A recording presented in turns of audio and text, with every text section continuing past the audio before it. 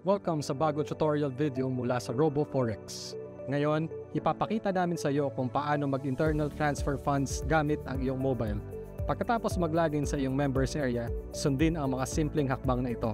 Step 1. Pumunta sa Internal Transfers tab. Sa main page ng iyong members area account, itap ang menu icon sa upper left.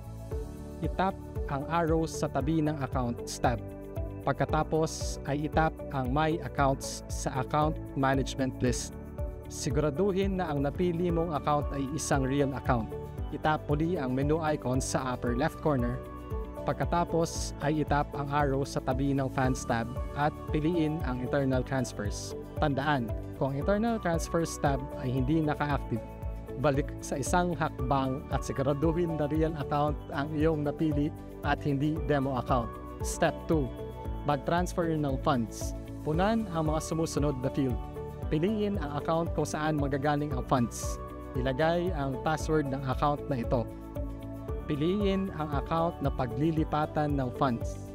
Ilagay ang halaga, pagkatapos ay pindutin ang transfer funds. Congratulations! Matagumpay mong na-transfer ang funds sa pagitan ng iyong mga account. Maaari mo ring i-check ang iyong transfer history kasama eksaktong oras ng transfer, halaga, beneficiary account number at status. Salamat sa pagpili sa RoboForex.